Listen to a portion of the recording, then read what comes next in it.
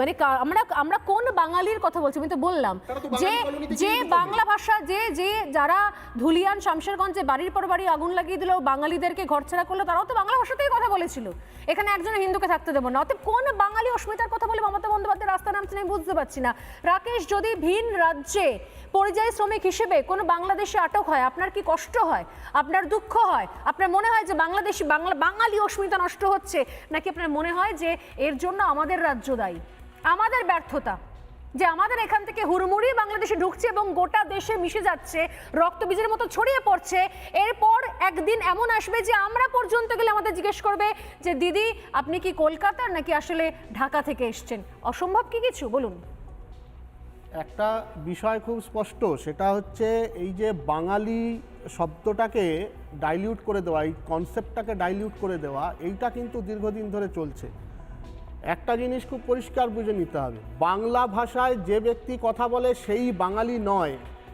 যে বাংলার নিজস্ব সংস্কৃতিকে, যে দুর্গাপূজাকে, কৃত্তিবাসকে, রামকে শ্রদ্ধা সম্মান করতে পারে না, যে সরস্বতী পূজার উপরে প্রশ্ন তোলে, যে দুর্গা মণ্ডপ কালী মন্দির ভাঙে, তাকে এসে বাংলা ভাষায় কথা বললেও তাকে আমরা বাঙালি বলতে পারি না। এটা খুব স্পষ্ট, এ নিয়ে কোনো বিতর্ক থাকতে পারে না। এখন প্রশ্ন হচ্ছে, আজকে বাঙালি অস্মিতার জন্য যে লড়াইয়ের কথা বলছেন, একটু আগে বিনায়কবাবু বলছিলেন অনিন্দদার হাসি পাচ্ছিল। অনিন্দদা যখন বলছিলেন আমার হাসি পাচ্ছিল এই কারণে, তিনি শুরু করলেন যে বাঙালি স্বাধীনতা সংগ্রামে অংশগ্রহণ করেছে, নেতৃত্ব দিয়েছে, সেই জন্য অস্মিতার কথা।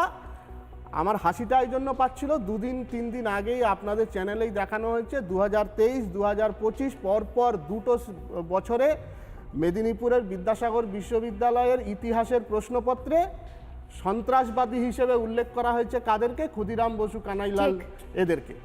অতএব সেই অস্মিতার কথা উনি যেটা বলছিলেন, সেটা যখন শুনছিলাম আমার খুবই হাসি পাচ্ছিল, আমি চেপে রেখেছিলাম। এখন প্রশ্ন হচ্ছে, এই যে বারবার রোহিঙ্গা রোহিঙ্গা কথাটা আসছে, একটা বিষয় আমাদের বুঝতে হবে যে রোহিঙ্গাদেরকে নিয়ে এত সমস্যার কারণ কি। তার কারণ হচ্ছে, আপনি যদি এগুলো খুব পাবলিক প্ল্যাটফর্মেই রয়েছে তথ্যগুলো, 1869 সালের যে সেন্সাস, সেখানে রাখাইন এবং আরাকান, ওই আরাকান প্রদেশে রোহিঙ্গাদের সংখ্যা ছিল 24,637, 5%।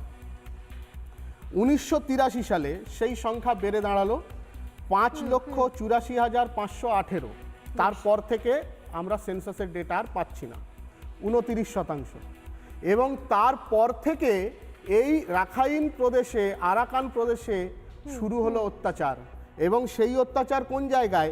জ্যাক লিডার, যিনি আরাকান প্রদেশ এবং রাখাইন প্রদেশের উপরে গবেষণা করেছেন, তার পিএইচডি করেছেন এবং একজন বিশ্ববিখ্যাত ঐতিহাসিক, তিনি তার থিসিসের মধ্যে একটা স্পষ্ট ভাষায় লিখছেন, this Rohingya it is a political movement that was started in the 1950s to create an autonomous Muslim zone in Rakhine।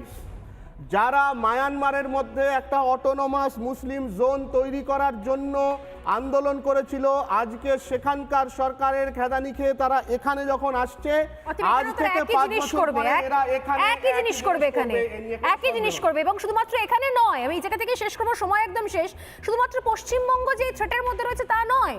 কারণ হচ্ছে আমাদের এই দেশে এক রাজ্য থেকে অন্য রাজ্যে যেতে গেলে কোনো রকম অনুমতিপত্র লাগে না। অতএব সেই সুযোগে এরা বিভিন্ন রাজ্যে ছড়িয়ে পড়ছে। অতএব সেই সমস্ত রাজ্যে যদি তাদেরকে জিজ্ঞাসাবাদ করা হয়, যদি কাউকে আটক করা হয়, যদি আসলে পশ্চিমবঙ্গের মানুষ হয়, ভারতের নাগরিক হয়, তাহলে পরিচয়পত্র দেখিয়ে দেবে, চোখের সামনে দিয়ে চলে আসবেন। যদি না হন, তাহলে তাকে তো এই জিনিসটা ফেস করতেই হবে। আর এর জন্য দায় 16 আনা এ রাজ্যের সরকারের, এখানে কোনো সন্দেহ নেই। নানা ধরনের কন্টেন্ট দেখার জন্য লাইক করুন, শেয়ার করুন আমাদের ফেসবুক পেজ, সাবস্ক্রাইব করুন আমাদের ইউটিউব চ্যানেল। পাশাপাশি অন্যান্য ব্রেকিং নিউজের জন্য অবশ্যই চোখ রাখুন রিপাবলিক বাংলায়।